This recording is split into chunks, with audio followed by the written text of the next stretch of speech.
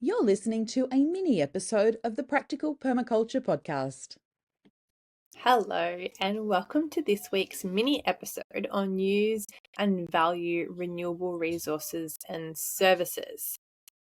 So, essentially, this principle is about making the best use of nature's abundance and to reduce our consumption behaviours and our dependence on non renewable resources. Biological resources use energy from the sun to make more of themselves, and so they don't become a waste product. An example of this would be mulching your garden to suppress weeds. Now, you could choose to do that with cardboard or perhaps bark chip, or maybe you use black plastic. Both can do the job equally well. The difference is that the cardboard and mulch will slowly break down, feed the soil, feed microbial life, and it helps replenish and renew the soil. On the other hand, using plastic means that it slowly will degrade in the sun. It can leave bits of plastic behind in the soil. It definitely doesn't contribute to soil life. And at some point, it has a shelf life, so you're going to have to dispose of it, as well as the products used to make the plastic in the first place. So, as far as possible, we try to limit the need for dependence on outside resources and use what we can get our hands on. Now, there's a caveat for all of this, of course, because we live busy lives, and there's also the argument that our permaculture teacher, Brett, kind of brought up with us, is that to constantly weed that path if we haven't mulched enough or if the cardboard isn't thick enough, to use our energy and time and resources to maintain that versus being able to put maybe plastic underneath the mulch where that mulch will last a lot longer and the plastic won't degrade as much over time. Is it worth the output for that plastic? There's lots of schools of thoughts, and there's some things that we can choose to go without and some things that we choose not to go without. So it's all about personal choice, and as always, we don't have to do it all, and I don't think we should find ourselves feeling guilty for when we do use non-renewable resources, because we all have a phone in our back pocket. That's a non-renewable resource. We have a house. Some of our houses might be more eco-friendly than others, but essentially we are going to partake in practices that include non-renewable resources.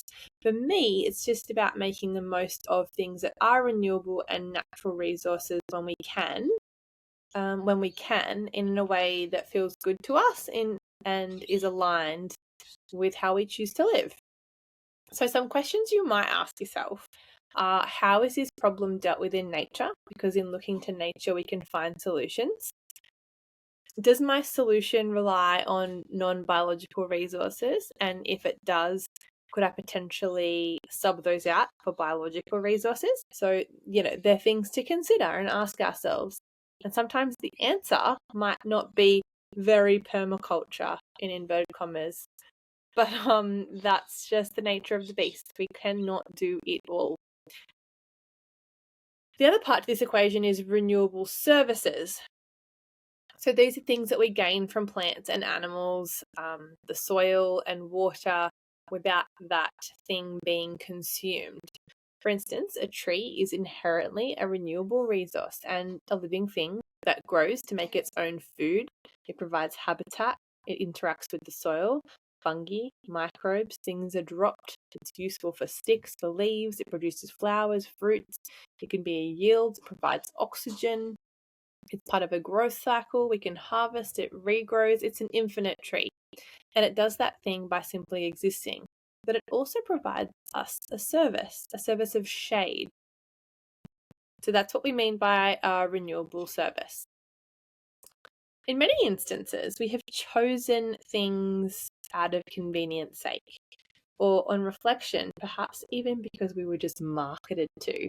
So, for instance, it's very common for us to whack clothes in the clothes dryer, but we could really use a clothesline and harness the wind and the sun, renewable resources, to do the same thing.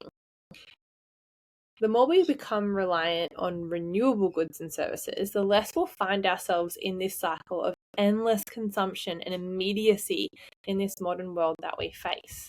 We have to learn to wait. We have to learn that we can't have it all at our fingertips or at the click of a button.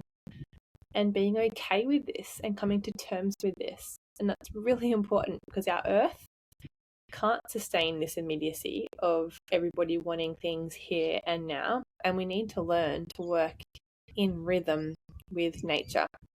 Kristen Bradley, in her new book, The Milkwood Permaculture Living Handbook, brought up a good point, and she says to be renewable, a resource needs to receive something back from you in order for it to be nourished, flourished, and useful again. And of course, we are a renewable resource, our energy. And we're a very good example of a resource that is exhaustible. We have finite energy.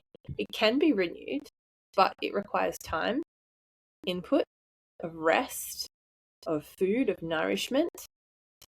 Humans and our energy are amazing reminders that we need to use energy and resources in a meaningful way, because I'm sure we've all experienced burnout before.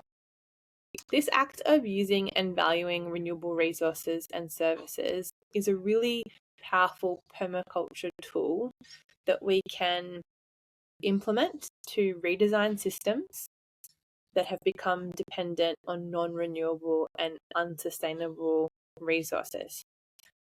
So have a think.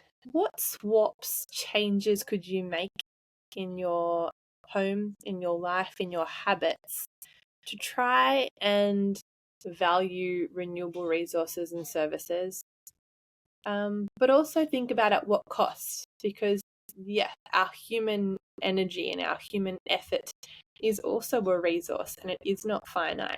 So where do you draw the line between convenience and ease and effort and using and valuing these renewable things? It's an interesting one. I think it's one that we all tussle with here and there because it's not simple, it's not straightforward, and our current world is very different from the ones of generation before us. I'd love to hear your thoughts about this and how you feel about it, where you draw the line, what you think is worthy of using. A very personal one, very contextual. So that's it for this week. Join us on Friday for our long format episodes and join us on Tuesday for another mini episode unpacking another permaculture principle. That's all for now. Bye!